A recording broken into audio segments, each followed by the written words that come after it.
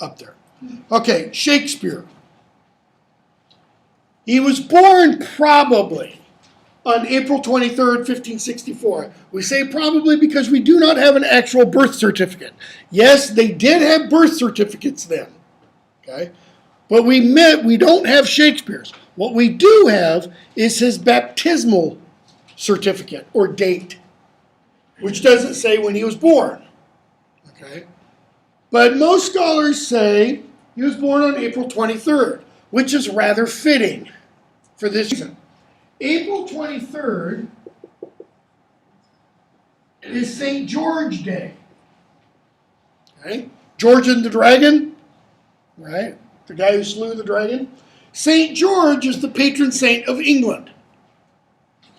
So it's kind of fitting that Shakespeare, kind of the patron writer of England, is born on the patronal feast day of England. Now, he dies on his birthday. 1660. Notice how many years that is. Okay?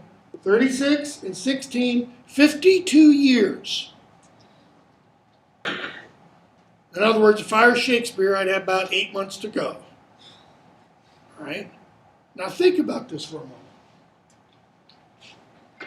Does everybody have all this? He's born in 64. He gets married in the early 80s. Shotgun wedding and all that. In the period from 1585 to about 92, okay, are called the lost years. For the simple reason we have no idea what Shakespeare was doing during this period. We know where he was in 1583 and up to 1585. Because in 1585, I think it is, the twins were born. 1583, he has one child, or two children. Hold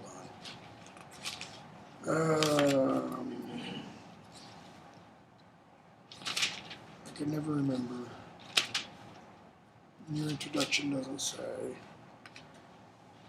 1583, I think, is when the eldest child was born. 1585, I believe, is when the twins are born. And then he disappears. No documentary evidence at all of what Shakespeare is doing.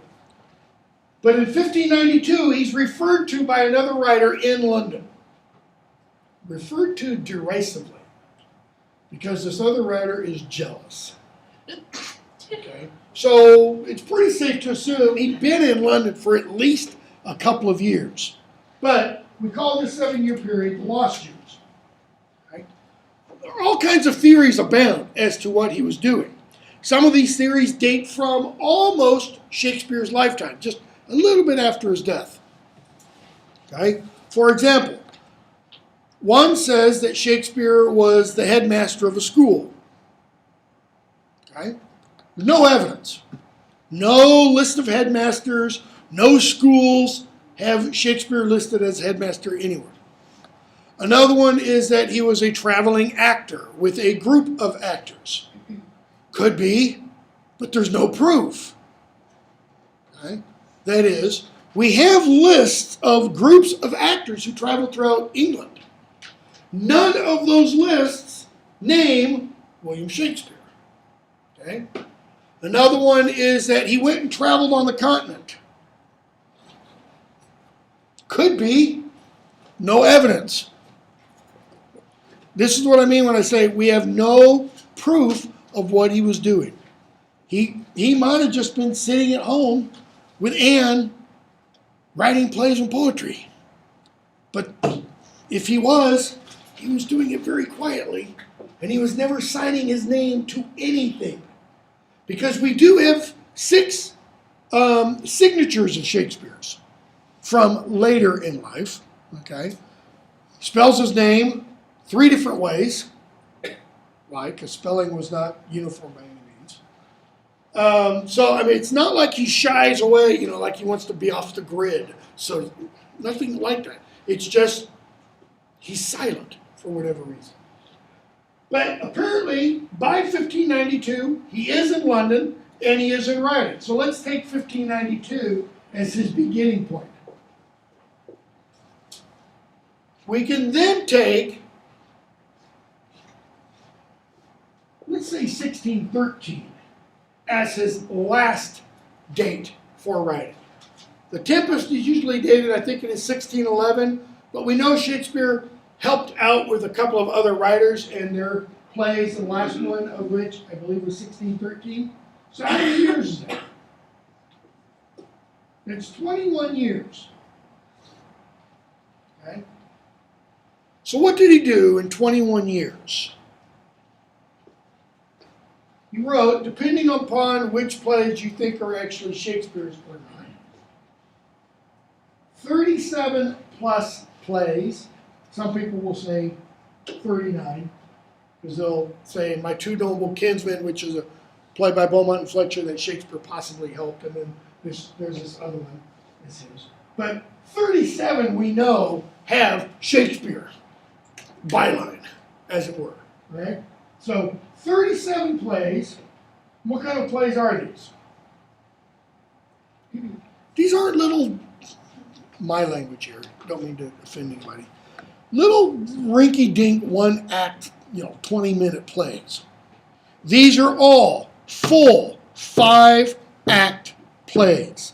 They take, on average, 3 to 3.5 hours to perform. 37 into 21. Almost 2 a year. Hamlet, Macbeth, Lear, Othello, Romeo and Juliet, Midsummer Night's Dream, As You Like It, All's Well That Ends Well, Twelfth Night, Winter, almost 2 a year. That is huge, but that's not all. 154 sonnets. Sonnets are 14-line poems. Do the math.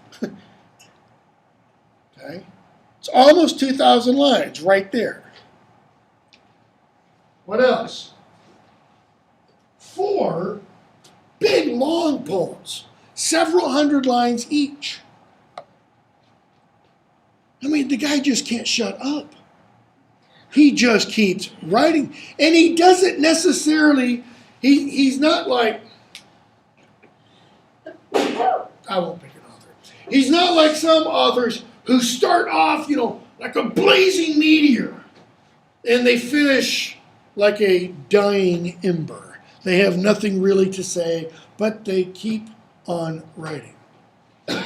He finishes, the last play Shakespeare himself personally writes is The Tempest, which is not a slouch by any means.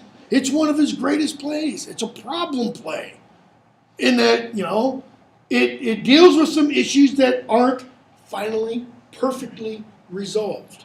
And then what does he do?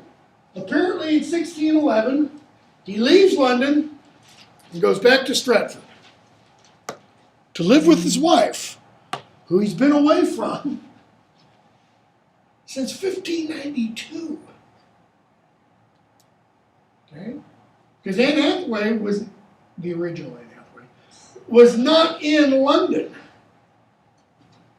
She was back in Stratford, probably managing the property. Because Shakespeare bought a big house called New Place in the 1590s, which was a big house. Right? He was apparently sending money back to support the family. We have no idea how much he saw his children. We do know the twins died early, in the 1590s. He had some issues going on. Okay. Shakespeare's family was Catholic. This we know.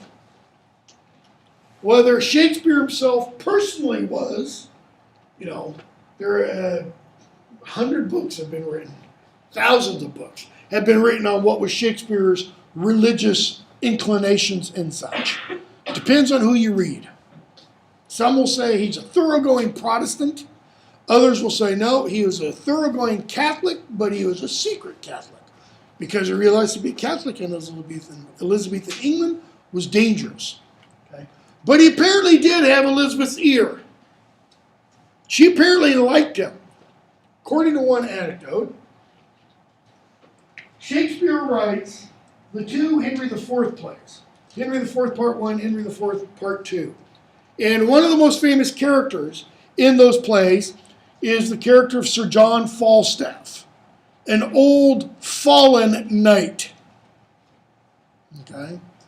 No longer as knightly as he ought to be. Spends his time getting drunk, robbing people, and visiting whores with the future King of England, no less. Okay? And apparently, after one of the productions, Elizabeth told Shakespeare, write us, using the royal we, write us a play about Sir John Falstaff. And what Shakespeare goes and does is he writes The Merry Wives of Windsor, which is all about Sir John Falstaff trying to get in and out of the beds of the Merry Wives of Windsor. Okay? He chooses Windsor probably intentionally, because who has a castle in Windsor? The Queen. Okay? It's the oldest inhabited castle in England. In fact, it's the oldest inhabited castle in England. Okay? So, he's doing a lot. Now, what we're going to talk about first are his sonnets. We don't know exactly when the sonnets are written, but we do know that some, at least, of them are written by the mid-1590s. Why? Because we have references to them. One writer refers, I think it is in 96, 98, refers to Shakespeare's sugared sonnets. And what he means by that is his sweet sonnets, how beautiful they are. Okay? They don't get published, however, until 1609. All as one big group. And what's even more important than that is we don't know how they get published. We don't know by whom they are published.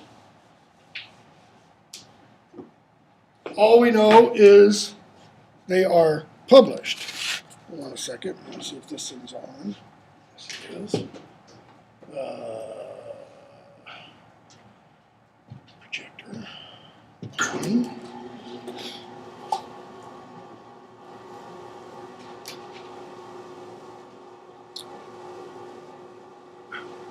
Let's see.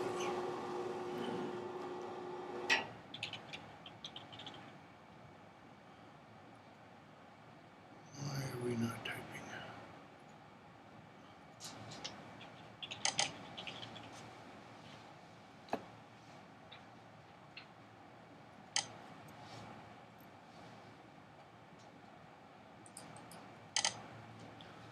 Hopefully this will come up right.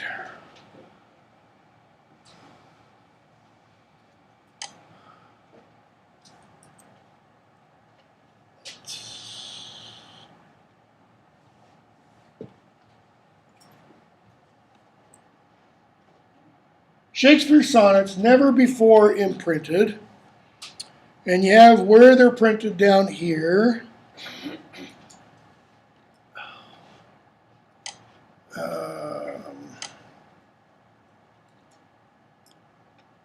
Where do we have?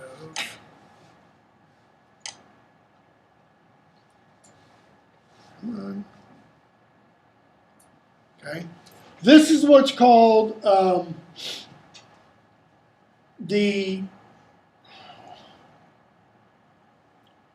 it's not the letter, it's not the dedication. I can't remember. What this is telling us how the sonnets came to be. But we don't know who wrote this. We know what this stands for. Okay, this is Thomas Thorpe. This is the guy who actually published them. But notice what it says. To the only begetter of these ensuing sonnets, Mr. W.H. We have multiple theories as to who W.H. is, but we don't know for sure. All happiness and that eternity promised by our ever-living poet wisheth the well-wishing adventurer in setting forth. We don't know if Shakespeare wrote this, okay, and if he did, what he meant by it. Because to the only begetter of these ensuing sonnets kind of implies that whoever Mr. W.H. is, this person is the inspiration for the sonnets. And like I said, we've got a variety of options, okay, for who W.H. is. And I think your introduction goes in and talks about that a little bit. It could be William Herbert, 3rd Earl of Pembroke, or it could be Henry Wriothesley, just turn the W's around, okay. Another person, the Earl of Herbert, is one that Shakespeare previously dedicated poems to. Henry Wriothesley is one that Shakespeare previously dedicated poems to. So this is very enigmatic. If you were able to prove conclusively who W.H. was, and that this was written by Shakespeare, and that Shakespeare wrote the sonnets for W.H., you'd be able to name your chair of English at any university in the world. I mean Oxford. And they would pay you a huge amount of money, okay? Because this is one of the great critical questions, which page is that? A2R, of English literature.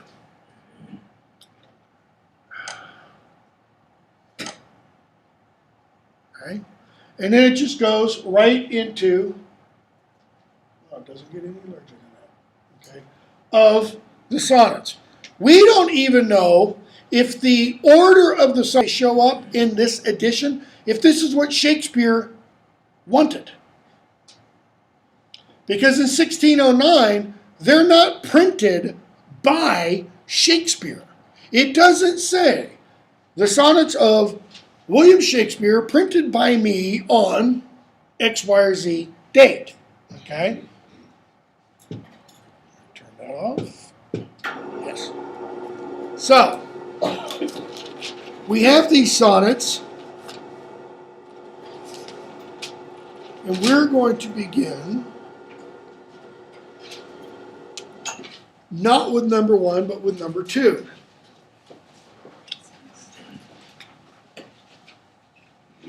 Now, the sonnets are many of the sonnets, 1 through 126. Are generally addressed to a golden-haired youth or a young man with long, flowing golden hair. You know, think Chris Hemsworth as Thor, I guess. Okay? In fact, that's kind of a, no, it's not a good analogy because you can never mistake Chris Hemsworth for a woman. One of the sonnets is going to imply that you can mistake this gentleman for a woman.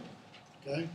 But what we're told throughout is that whoever this guy is, he's the kind of person that when he walks into a room, everybody's head turns. Men's and women's.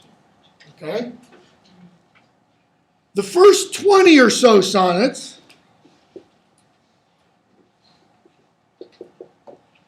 are all generally about the same theme. Reproduction. Go have children. Okay? For one specific reason. You are so drop dead gorgeous that it would be a shame for you to die and for your beauty not to live on after you.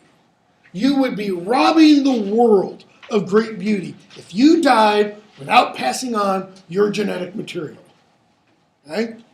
That's what Sonnet 1, from fairest creatures we desire increase, means. Right? You go to a wedding, don't you love to see the happy couple that are just beautiful?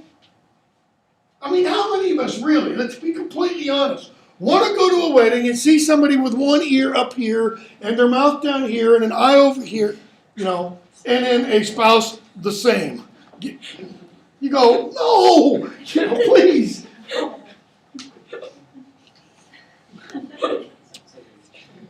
Okay?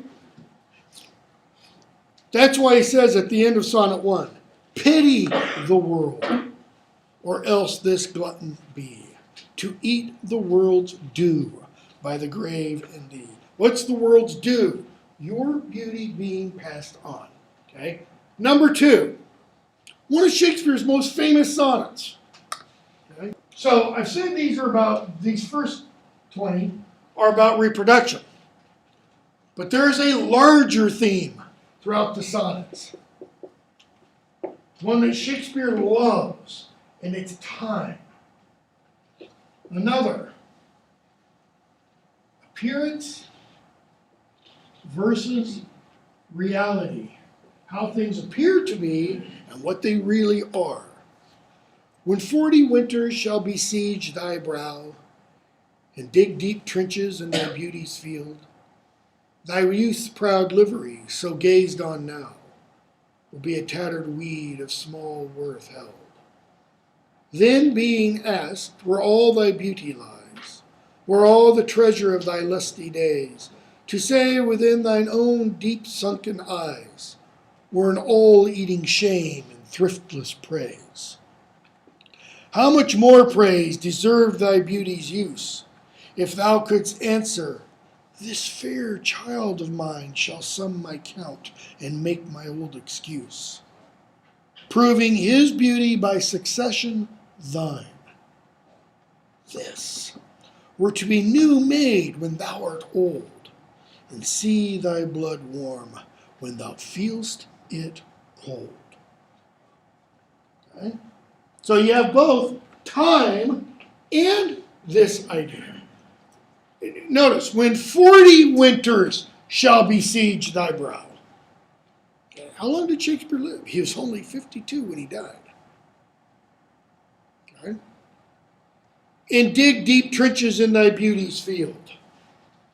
When you're 40 years old and you're old and wrinkled, he says, your youth's proud livery, that is the fair complexion, the beauty, the good looks you had as a youth, so gazed on now. Now when?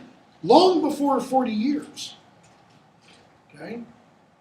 They will be a tattered weed of small worth held. Think of some actor, don't think of a 40-year-old actor. Think of some actor today who's maybe, let's say, 60 or 70, and what that actor looked like at 20 or 30. Someone who's kind of gone to pot, gone downhill.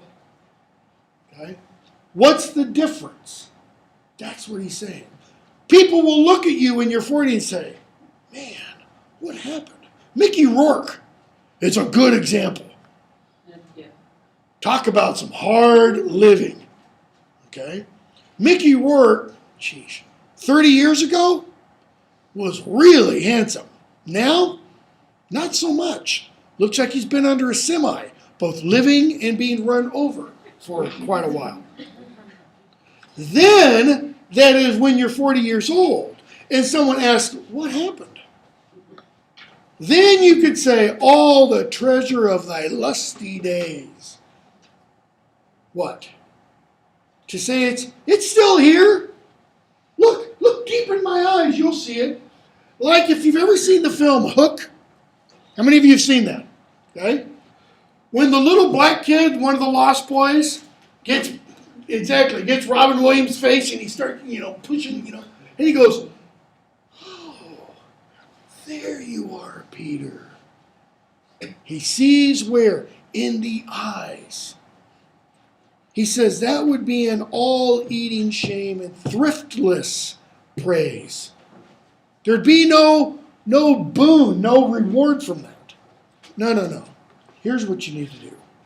How much more praise would be deserved of thy beauty's use, if you could answer? Look, here it is. Here's my beauty from my lusty days. Here's my child. Look there. This child were to be new made when thou art old. I mean, what is the whole plastic surgery industry about? To be new made when you are old. I mean, just look at Bruce Jenner. Or, so many others. Joan Rivers, who's like 180 years old. She has so much plastic on her, that's all she is now. And see thy blood warm when thou feelst it cold. Now he's playing upon this Renaissance notion that the older you get, the more cold your blood runs. Okay? Which also has other parts to it. The younger you are, the more, how do I put this? The more easily your blood flows. Because it's very, what's the term I want? Well, partly it's passion, but it's literally that your blood flows freely because it's smooth.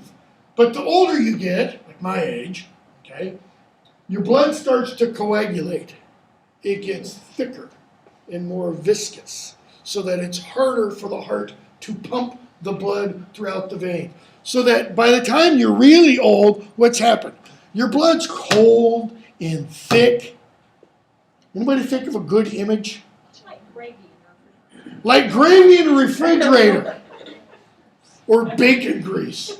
That you let sit out, you cook in bacon grease and it's all nice and popping and everything. And then you let it sit in the skillet for a while. What does it do? It just hardens. That's what happens to your blood the older you get. You want it to be hot and popping and burning people, in other words. Okay? That's a good sonnet. I mean, look at what he's saying there. Strike while you're young. It's a carpe diem poem, essentially.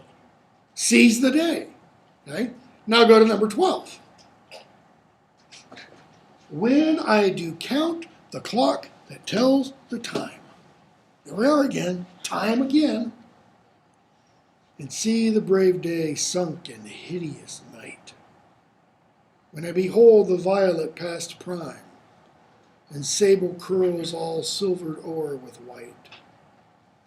When lofty trees I see barren of leaves, which erst from heat did canopy the head, and summer's green all girded up in sheaves, canopy the herd, and summer's green all girded up in sheaves, borne on the bier with white and bristly beard.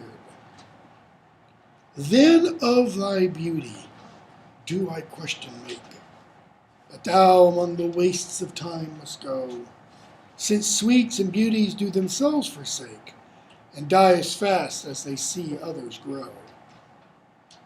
And nothing 'gainst time's scythe can make defense, save breed to brave him when he takes thee hence.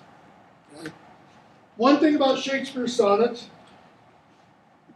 is Shakespeare writes classic kind of what's called English or Shakespearean sonnet,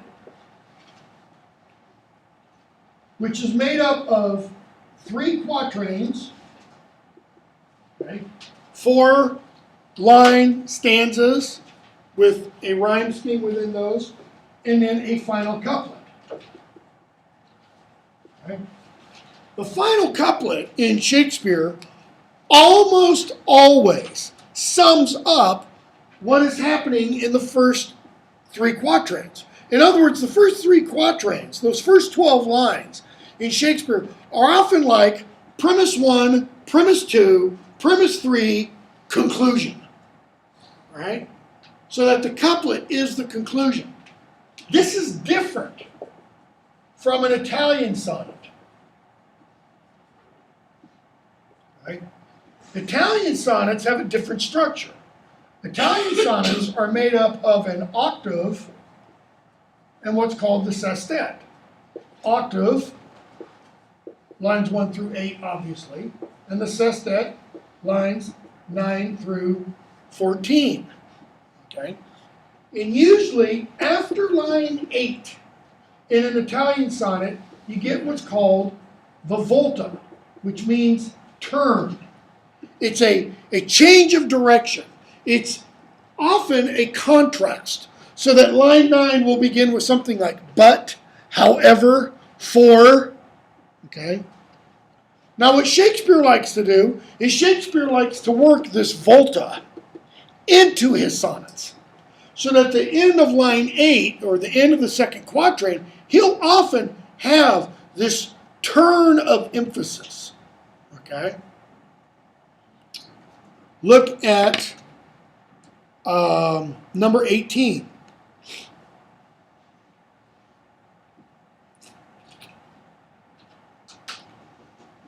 This is usually anthologized in 100 great love poems or 100 beautiful love poems.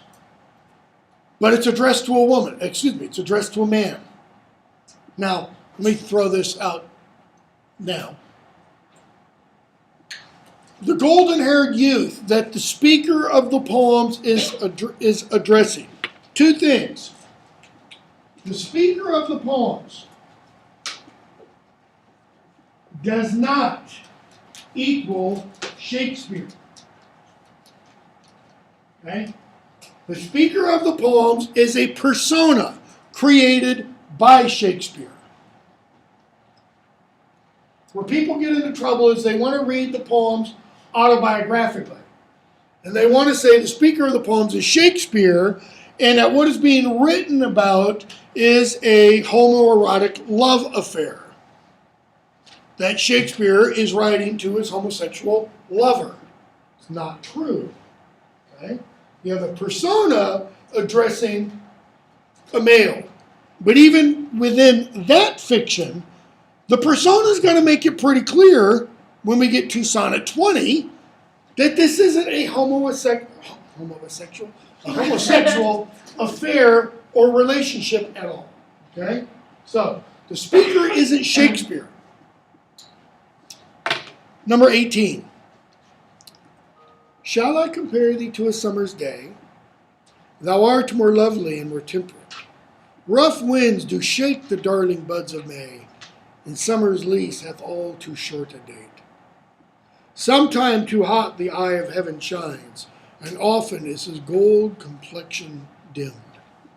And every fair from fair sometime declines, by chance, or nature's changing course untrimmed. But thy eternal summer, notice the volta, but thy eternal summer shall not fade, nor lose possession of that fair thou owest, nor shall death brag thou wanderest in his shade, when in eternal lines to time thou growest.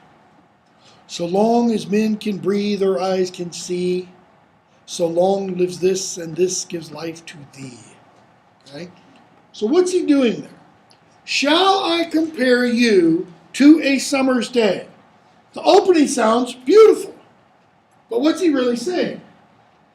Let's not imagine London summer. Let's imagine Murfreesboro summer. Let's say August 6th. What's Murfreesboro usually like? Mad's sitting there shaking her head. It's miserable. I can remember I don't know how many years where the first 2 weeks of August are over 100 degrees. That's what he's saying. Should I really compare you to a summer's day? No. Why? You're more lovely and more temperate, more even-mannered. Rough winds do shake the darling buds of May. Okay? May, early summer, is the implication. And summer's lease, what? Hath all too short a date. Now, Shakespeare was living in the end of about a 500-year period, okay, where there is gradual cooling going on. You know, all the global warming nonsense. It's cyclical, folks. It's cyclical, okay? I know Jason's back to one. Now you're on there, okay? In fact, in, what year was it? 1745, I think it was. They had snow in London in June. Okay, June. So when he says summer's lease hath all too short a date, what's he mean? Louder? Yeah. Too soon. Too soon. Okay? I mean, the Brits really hate it if they don't get nice weather in July and August. Why? Because September comes and the bad weather comes with it. Okay? So, sometime too hot the eye of heaven shines. I've been in London before. One time when I was teaching there, in fact, in the summer of 2003, the day we left, it hit 101. It was the hottest ever on record in London. Ever. Because keep in mind, they don't know what AC is. And they haven't figured out the recipe for ice. The only place you can get ice in London is American establishments. Pizza Hut, McDonald's, Subway. Okay? Sometime too hot the eye of heaven shines, and often is his gold complexion dim. Well, how is his gold complexion dim? Clouds. Last couple summers that I've been over there, you know, from my perspective, just been fantastic. Temperature in the mid 60s to low 70s, cloudy most days, and drizzle. And then I come back to, you know, Murfreesboro, and it's 105 degrees, okay? And every fair from fair sometime declines. Sometime doesn't mean, well, like we mean sometimes. It means always. Fair from fair declines. What happens to beauty? Doesn't matter how beautiful you are, it won't stay. Exactly, it fades. How does it fade? By chance or nature's changing course, untrimmed. Well, trimmed means, like when you trim out a tree for Christmas, what do? You decorate it, you make it all beautiful and everything. So nature's unchanging course, or nature's changing course, untrimmed, it means you take all the decorations off. What's that poor Christmas tree look like after Christmas? After you move all the decorations? A dead tree. What do you do with it? Burn it. This is what happens to beauty. But thy eternal summer shall not fade. It's almost like Keats's ode on a Grecian urn. Nor lose possession of that fair thou owest. That is, nor will your eternal summer lose the beauty that you own. Nor shall death brag thou wanderest in his shade, in his darkness, when in eternal lines to time thou growest. Just think about how beautiful that line is for a moment. When in eternal lines to time thou growest. Eternal lines, like the lines on a face. I mean, every now and then you'll see photographs of, you know, some wizened old Native American woman who, I mean, she doesn't have a smooth spot on her face. The face is just entire wrinkles and lines. That's one of the images there. But what's the other image? Lines. These lines that are eternal. Eternal how long? So long as men can breathe or eyes can see. So long lives this This what? This poem, this eternal summer, and this gives life to thee. I mean, look at this. Here it is, 2013. 404 years later, we are still reading this poem.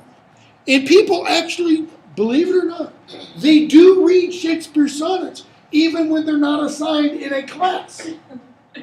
You still have bookstores that sell just individual volumes of Shakespeare's sonnets. Okay? Number 20.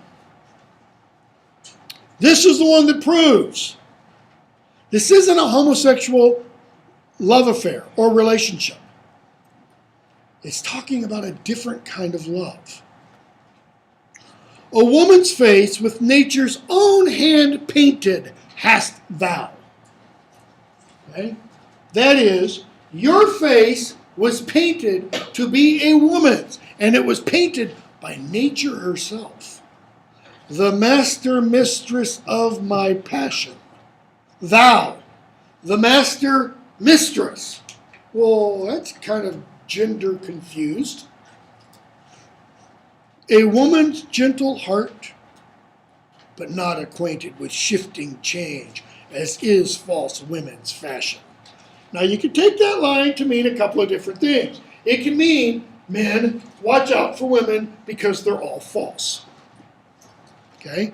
As is false women's fashion, that false can be applied to all women. Or he might just be saying, not all women, but only false women's fashion. An eye more bright than theirs, less false in rolling. More bright than theirs, Shakespeare is playing on this old medieval notion that the way we see is our eyes shoot out beams of light. Okay? And so when we look somebody deeply in the eyes, often what happens is we're blinded by the light. That is, we're stupefied. And this can be really dangerous when you gaze into somebody else's eyes because your eye beams twist. Eye sex is kind of what it is. Okay?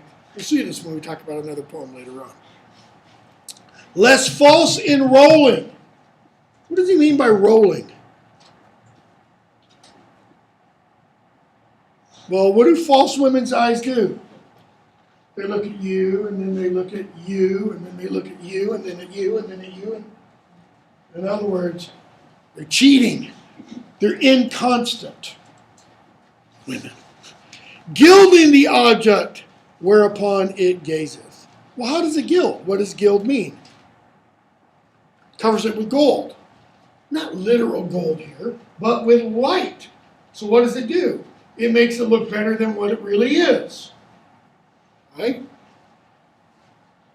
A man in hue, the gloss tells you appearance, all hues in his controlling.